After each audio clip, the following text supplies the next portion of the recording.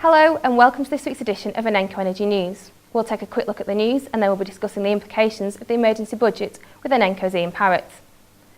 Deputy Prime Minister Nick Clegg has defended the decision to cancel the loan of £80 million to Sheffield Forgemasters. He said that the company were looking for government support to reduce the interest rate and to prevent their stock being diluted by having to issue more shares. Despite these issues, however, there is no doubt that without this investment, the UK's ability to support the growth of new nuclear capacity would be seriously affected. Mr Clegg said that the investment in infrastructure, training and the restart of bank lending would be the best way to encourage development. Figures released by the Environment Agency show that there has been a six-fold increase in licences for small-scale hydropower schemes in England and Wales. The increase in interest is largely being put down to the introduction of the new feed-in tariff.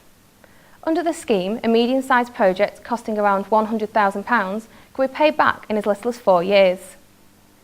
If this level of stimulation continues, then by 2020 there could be another quadrupling of schemes, raising the numbers to 1,200. Last year, 31 new licences for energy schemes in rivers were granted, compared to just 5 in the year 2000. Currently, the capacity installed could power 120,000 homes. It's not clear whether the distributed nature of these schemes means that this nominal capacity is representative of the real numbers of customers served. This week, Chancellor George Osbourne introduced his new budget to the House of Commons. To discuss the implications for the energy market, we're joined today by Inenco's Ian Parrett. Hello, Matt. Ian, how does the budget affect the energy markets? I think it's important to recognise that this budget is actually about much more general issues. There's very little in here that's specific about the energy market. But what you do see is it's a signal of a change in direction. Under the last administration, there was a strong focus on putting money into public services, and as we went into the recession, the idea that that money in public services would drive through into economic activity.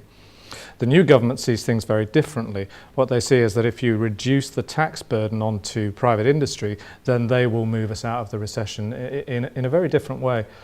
So what we've got is this change of emphasis, but from an energy perspective, what we're probably seeing is a longer recovery, taking longer to actually get the investment in place, and that's clearly going to have a roll through in terms of some of the big infrastructure projects that we think that we're going to need.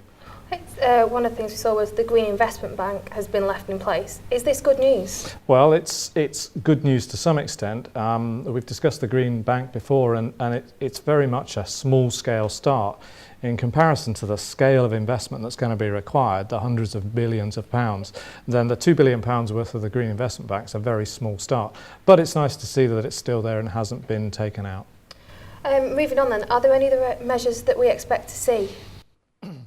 I think we wondered whether that we might see a carbon tax be introduced. It wasn't clear, that there was some talk about it, but there really hasn't been time in the last 7 weeks to actually come up with that.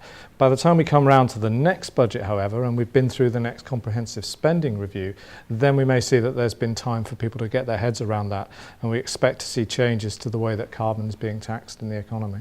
Thanks so much. We'd like to thank Ian for his insight. Actually all we have time for this week. Thanks very much. Goodbye.